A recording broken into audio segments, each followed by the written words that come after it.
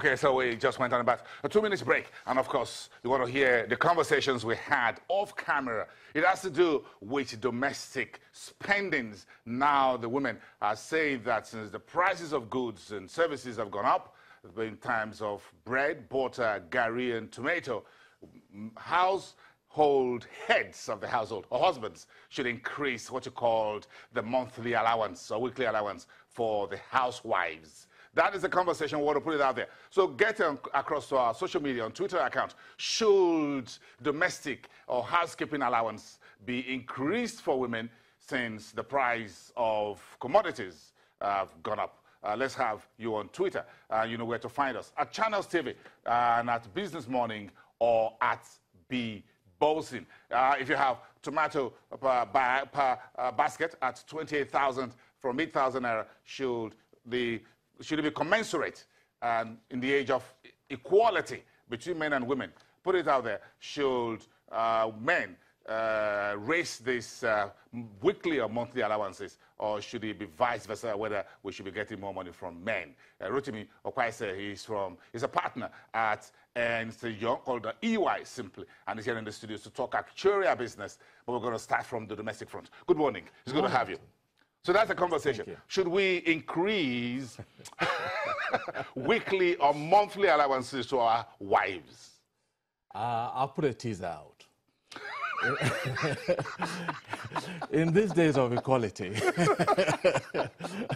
should it be a joint contribution? It be a joint contribution because this is inflation in the environment going up, and it's eating deep into everyone's pocket, whether we like it or not. And that is a reality. But it's good to have you on the program. Let's talk about the actuarial business. This is a very uncommon phrase. A word in the financial services industry. Right. What does it really mean when you say actuarial? Good one.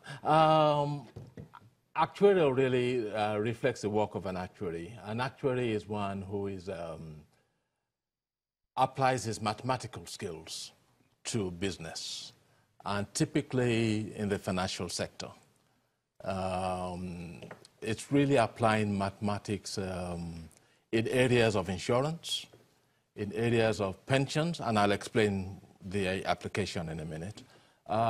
Increasingly in Nigeria in areas of healthcare, and a little bit in the areas of investment. Yes. So it's part of the financial services world. That's right. But for those who are, in other words, breaking it down, it's about risks, isn't it? Indeed. We'll go down a little bit in terms of the layman language. Yes, that's It's right. about risks. Yes. And when you talk about risks in any market environment, there are divers. The portfolio is big, from political risks to currency risks to market risks to whatever risks. So this management of risks across board, explain that to us. Yes. In particular, first from insurance and the pensions industry point of view. Yeah, thank you. There are two aspects which I'd like to bring out. One is the price of risk, and the other is how do you accumulate to meet risk when it occurs. With regards to insurance, typically you take out insurance for the effect of replacement. Should in case you hit your car, or you have a car accident, or should in case there's unfortunate death. Insurance concept is that you put aside premiums gradually, and when that event happens, the insurance company pays for that event. Yeah. So the amount of premiums you need to pay pre the event is calculated by an actuary. On the other side, the insurance company, having received your premiums, needs to put a pot of money aside, should in case that event happens. The calculation of what the insurance company needs to put aside is done by an actuary. So it's really applying mathematical skills to probability, the probability of it happening, and if it happens, how much needs to be paid. But why is this an issue in our market? Why is it that we don't have, and I've heard this over time, that we don't have many actuarial folks in our market? Yes. Is that a major issue for the size of our insurance market, for example, the penetration, perhaps the sentiments of ordinary folks about insurance?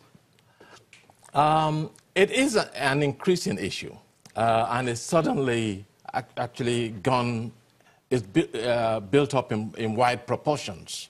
And why has this been? It's really been triggered by the new accounting standards, which is called IFRS, International Financial Standards, which means that an insurer needs to provide in a particular way for the risk they underwrite. And they need to calculate the premiums in a particular way. And so the level of accountability needed has led to an increase of the need for actuaries. And why haven't there been so many actuaries? Fact of the matter is, in this part of the world, we've not really taken a scientific look at risk until quite recently. The insurance industry, and in fact, our whole sector, adopted IFRS maybe about 5-6 years ago. And so there's that sudden change, and the whole financial accounting environment has become more complex, needing the likes of actuaries. We really haven't got a training ground per se for professional actuaries. We're just building that up in this country now. So most actuaries hitherto have traveled abroad to study the actuarial science, or to study being a professional actuary. And gradually people are coming back now. Is this what you called lack of skills, domestically speaking, a matter of a professional institutes in terms of actuaries, or is it a university education, or practitioners like EY and KPMG, yeah. PwC, yeah. The rest of them? Yeah. It's general. It's a bit of all you said, if I could put it that way. The